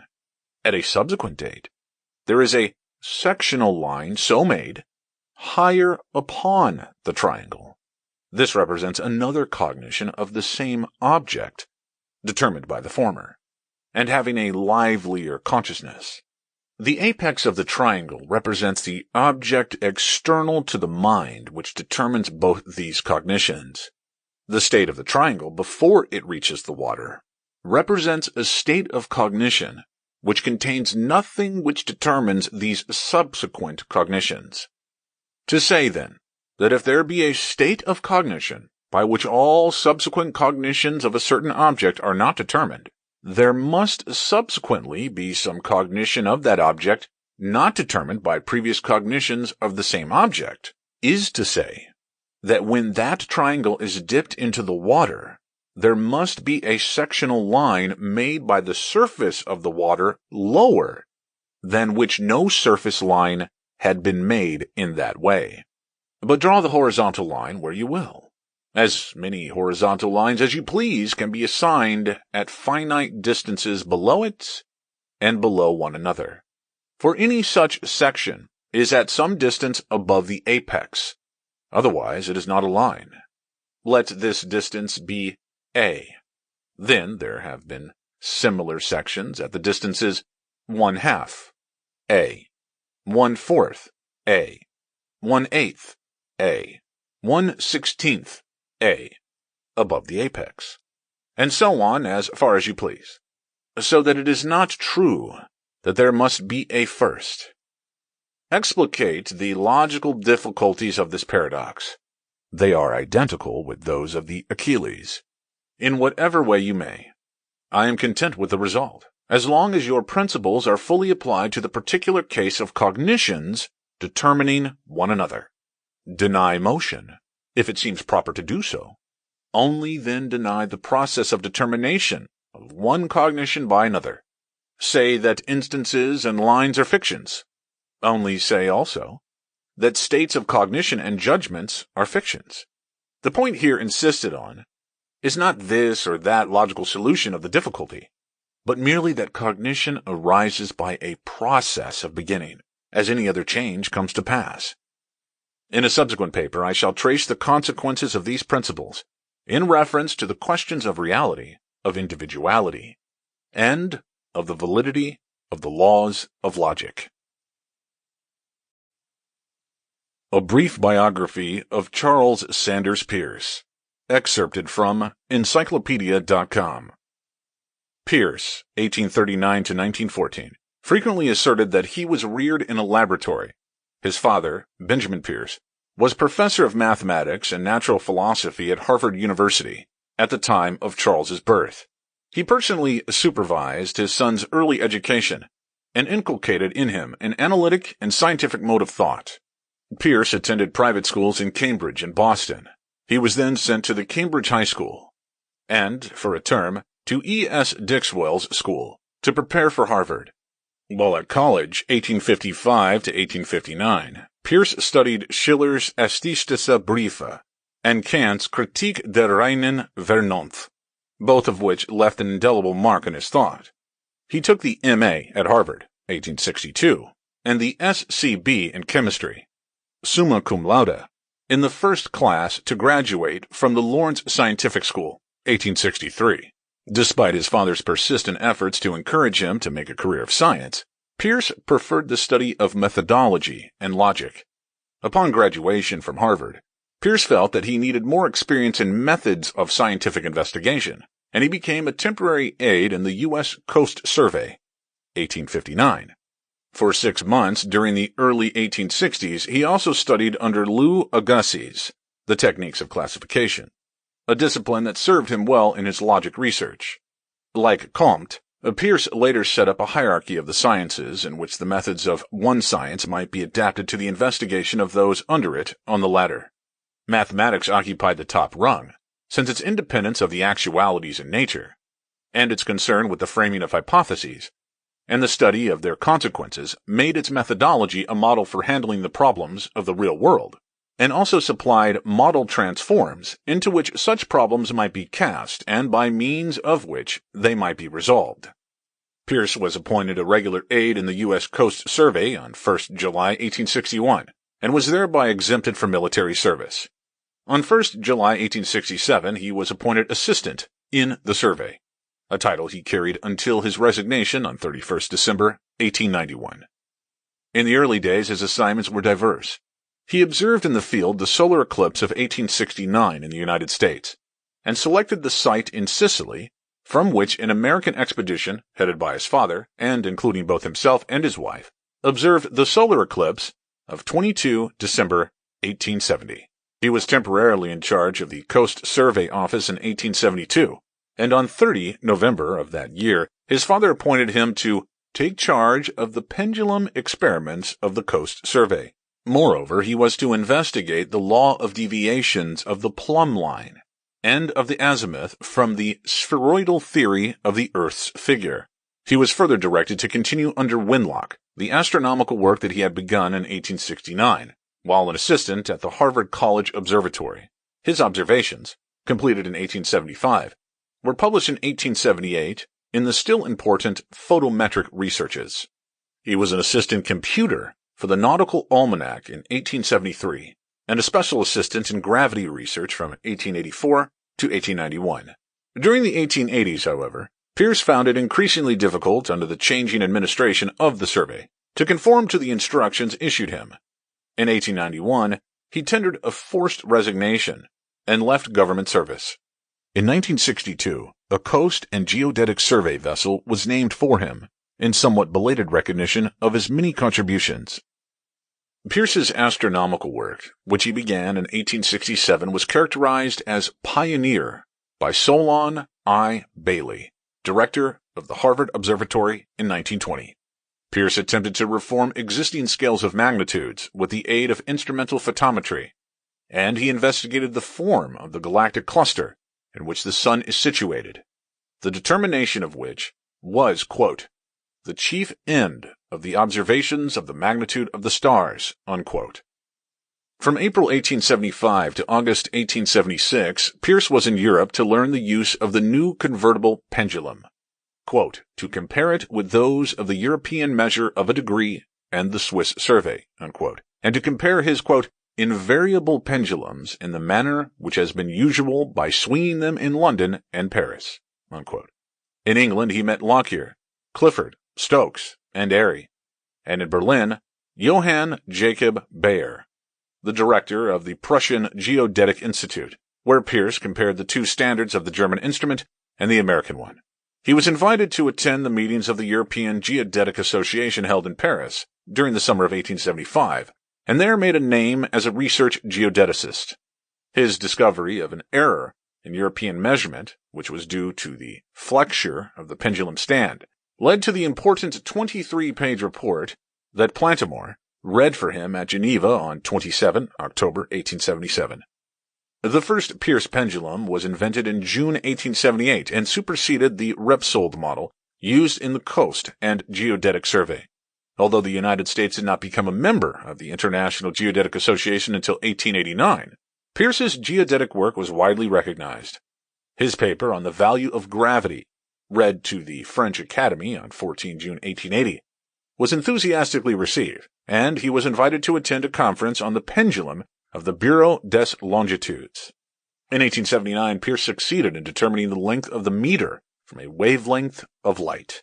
Benjamin Peirce described this feat, an adumbration of the work of Michelson, as, quote, the only sure determination of the meter, by which it could be recovered if it were to be lost to science, unquote. By 1882, Peirce was engaged in a mathematical study of the relation between the variation of gravity and the figure of the Earth. He claimed that, quote, divergencies from a spherical form can at once be detected in the Earth's figure by this means, unquote, and that, quote, this result puts a new face on the relation of pendulum work to geodesy, unquote. Peirce's mathematical inventiveness was fostered by his researches for the Coast Survey. His theory of conformal map projections grew out of his studies of gravity and resulted in his quincunxial map projection, of 1876, which has been revived by the Co-Survey in chart number 3092 to depict international air routes. This invention represented the first application of elliptic functions and Jacobian elliptic integrals to conformal mapping for geographical purposes.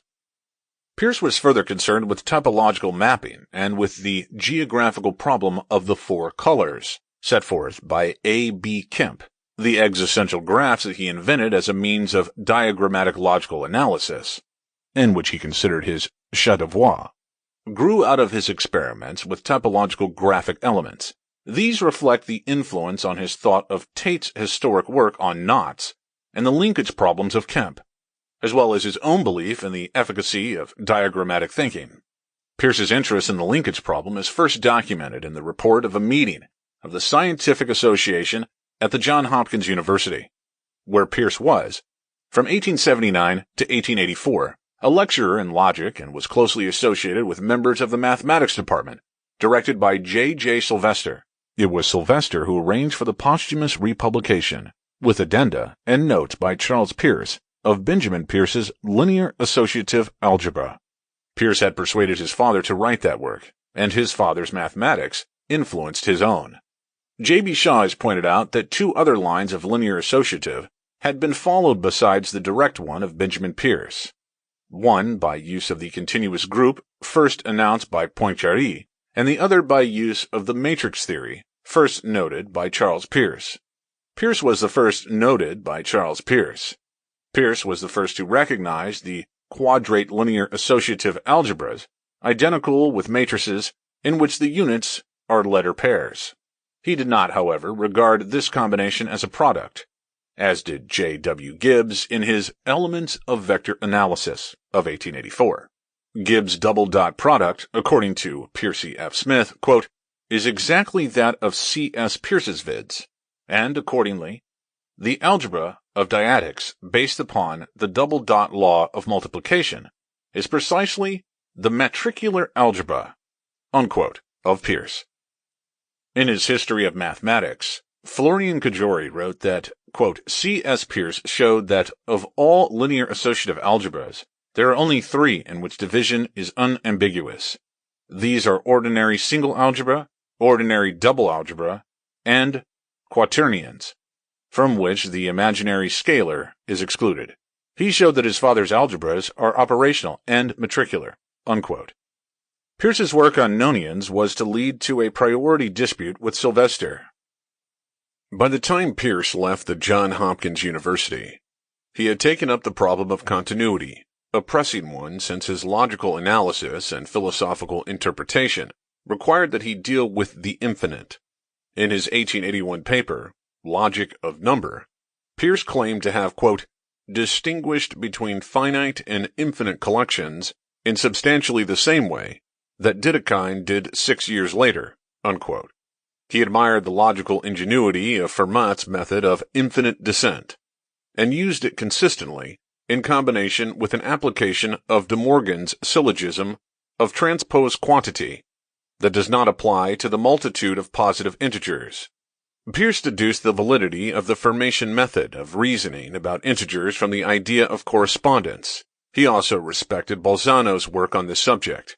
He was strongly impressed by George Cantor's contributions, especially by Cantor's handling of the infinite in the second volume of the Acta Mathematica.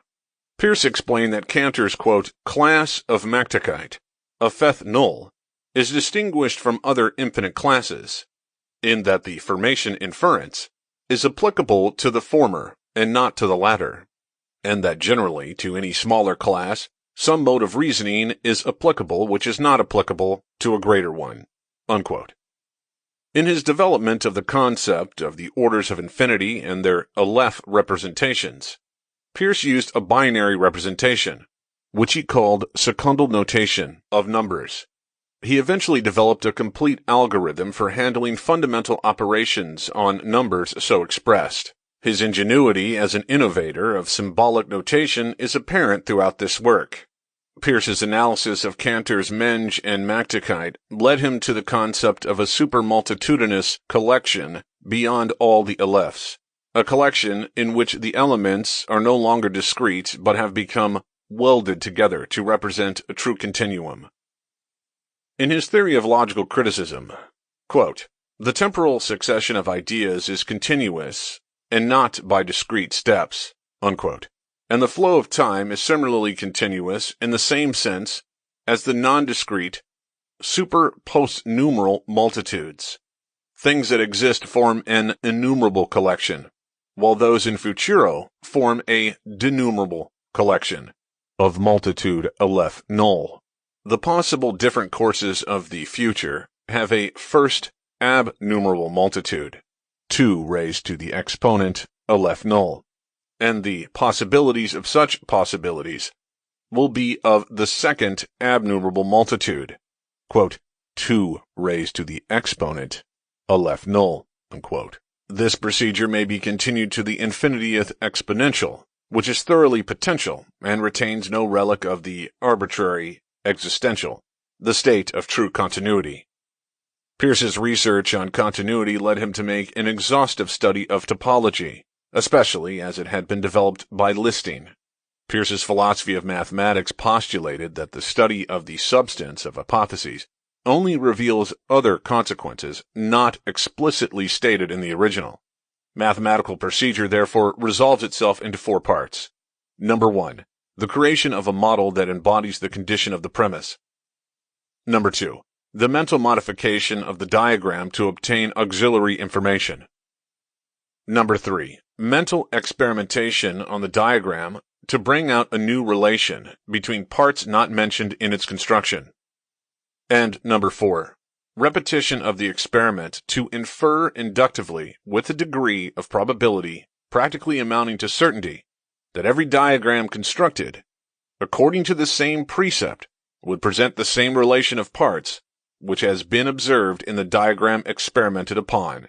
The concern of the mathematician is to reach the conclusion, and his interest in the process is merely as a means to reach similar conclusions, whereas the logician desires merely to understand the process by which a result may be obtained. Peirce asserted that mathematics is a study of what is or is not logically possible, and that the mathematician need not be concerned with what actually exists. Philosophy, on the other hand, discovers what it can from ordinary, everyday experience. Peirce characterized his work in the following words, quote, "My philosophy may be described as the attempt of a physicist to make such conjecture as to the constitution of the universe as the methods of science may permit. The best that can be done is to supply a hypothesis, not devoid of all likelihood, in the general line of growth of scientific ideas, and capable of being verified or refuted by future observers." Unquote. Having postulated that every additional improvement of knowledge comes from an exercise of the power of perception, Peirce held that the observation in a necessary inference is directed to a sort of diagram or image of the facts given to the premises. As in mathematics, it is possible to observe relations between parts of the diagram that were not noticed in its construction. Part of the business of logic is to construct such diagrams. In short, logical truth has the same source as mathematical truth, which is derived from the observation of diagrams. Mathematics uses the language of imagery to trace out results, and the language of abstraction to make generalizations. It was Peirce's claim to have opened up the subject of abstraction, where Boole and De Morgan had concentrated on studies of deductive logic. In 1870, Peirce greatly enlarged Boolean algebra by the introduction of a new kind of abstraction, the dyadic relation called inclusion, the connecting link between the general idea of logical dependence and the idea of sequence of a quantity. The idea of quantity is important in that it is a linear arrangement whereby other linear arrangements, for example, cause and effect, and reason and consequent, may be compared. The logic of relatives developed by Peirce treats of systems in which objects are brought together by any kind of relations, while ordinary logic deals with classes of objects brought together by the relation of similarity. General classes are composed of possibilities that the nominalist calls an abstraction. The influence of Peirce's work in dyadic relations may be seen in Schroeder's Vorlesungen über die Algebra der Logik, And E.V. Huntington included Peirce's proof of a fundamental theorem in his Sets of Independent Postulates for the Algebra of Logic, and in The Continuum, referred to a statement that Peirce had published in the Monist. Peirce's contribution to the foundations of lattice theory is widely recognized. In describing multitudes of systems within successive systems, Peirce reached a multitude so vast that the individuals lose their identity. The zero collection represents germinal possibility. The continuum is concrete, developed possibility. And, quote, the whole universe of true and real possibilities forms a continuum upon which this universe of actual existence is a discontinuous mark, like a point marked on a line, unquote. The question of nominalism and realism became, for Peirce, the question of the reality of continua.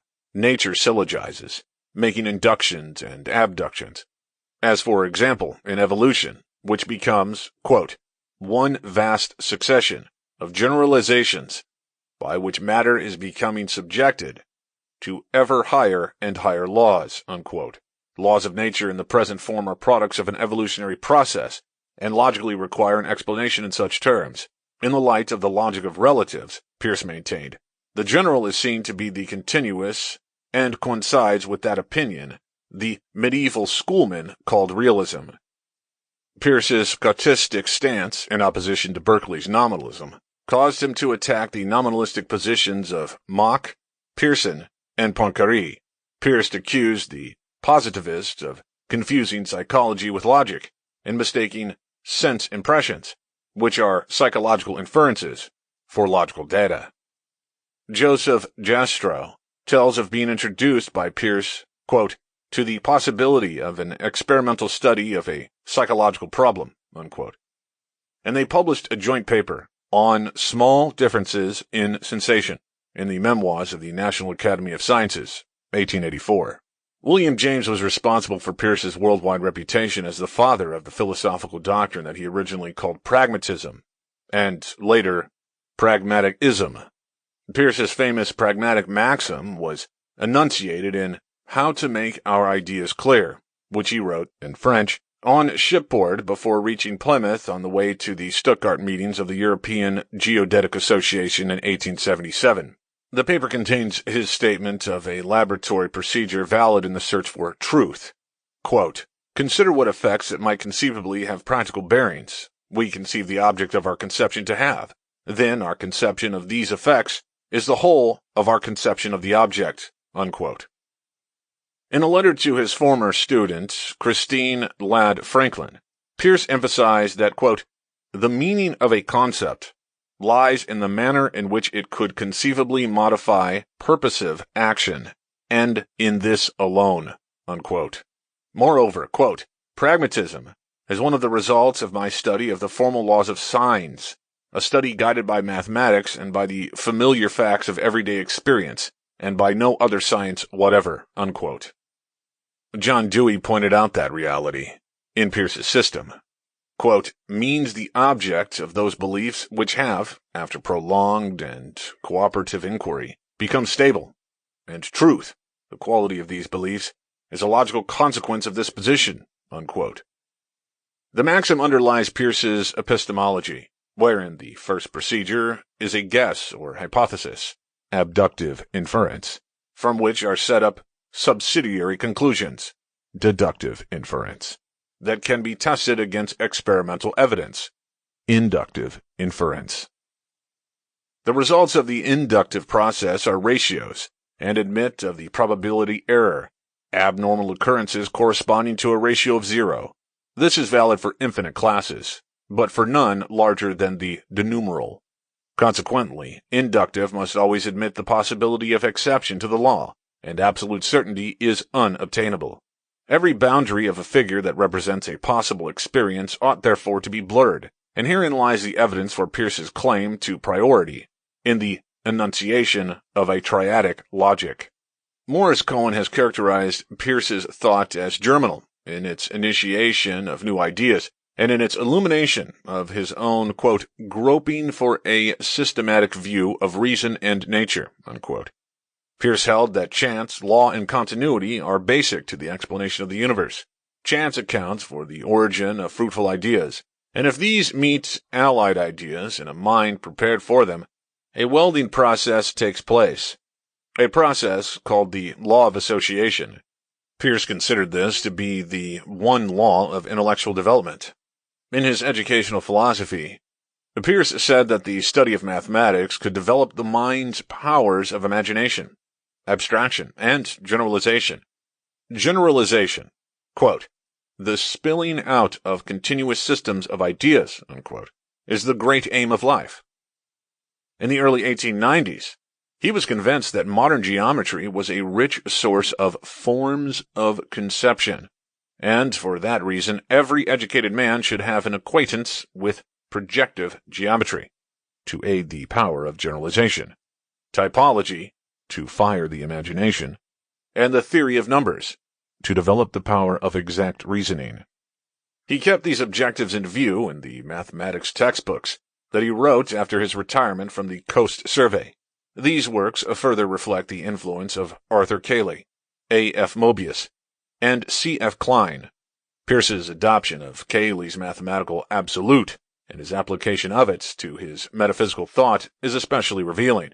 Quote, "The absolute in metaphysics fulfills the same function as the absolute in geometry, according as we suppose the infinitely distant beginning and end of the universe are distinct, identical, or non-existent. We have three kinds of philosophy: hyperbolic, parabolic, or elliptic." Unquote. Again, quote, "The first question to be asked about a continuous quantity is whether the 2 points of its absolute coincide. If not, are they in the real line of the scale? The answers will have great bearing on philosophical and especially cosmogonical problems." Unquote.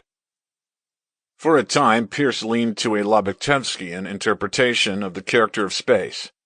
Peirce once wrote to Paul Carus, editor of The Monist, quote, "Few philosophers, if any, have gone to their work as well equipped as I, in the study of other systems and in the various branches of science." Unquote. In 1876, for example, Peirce's thought on the economy of research was published in a Coast and Geodetic Survey report. It became a major consideration in his philosophy, for the art of discovery became for him a general problem in economics.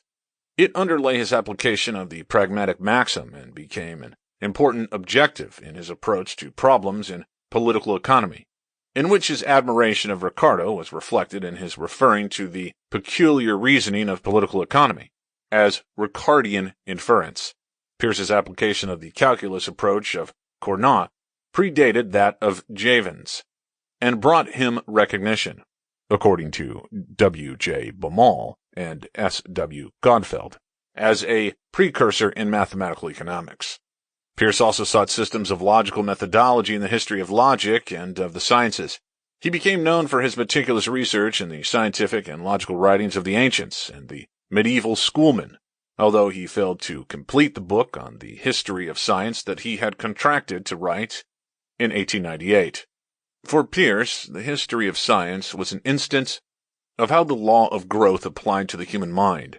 He used his revised version of the Paris manuscript of Ptolemy's catalogue of stars in his astronomical studies, and he included it for modern usage in photometric researches. He drew upon Galileo. Indeed, his abductive inferences is identical twin to Galileo's Illum Naturale, and found evidence of a gigantic power of right reasoning in Kepler's work on Mars. Peirce spent the latter part of his life in comparative isolation with his second wife, Juliette Froissy, in the house they had built near Milford, Pennsylvania, in 1888. His second marriage, in 1883, followed his divorce from Harriet Melusina Fay, whom he had married in 1862. He wrote articles and book reviews for newspapers and journals, including The Monist, Open Court, and The Nation. As an editorial contributor to the New Century Dictionary, Peirce was responsible for the terms in logic, metaphysics, mathematics, mechanics, astronomy, and weight and measures. He also contributed to the Dictionary of Philosophy and Psychology. He translated foreign scientific papers for the Smithsonian Publications, served privately as scientific consultant, and prepared numerous papers for the National Academy of Sciences. to which he was elected in 1877, and of which he was a member of the Standing Committee on Weights and Measures. Earlier, in 1867, he had been elected to the American Academy of Arts and Sciences.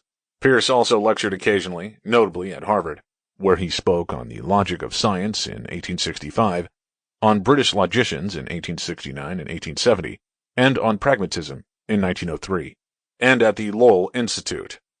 None of his diverse activities was sufficient to relieve the abject poverty of his last years, however, and his very existence was made possible only by a fund created by a group of friends and admirers, and administered by his lifelong friend, William James.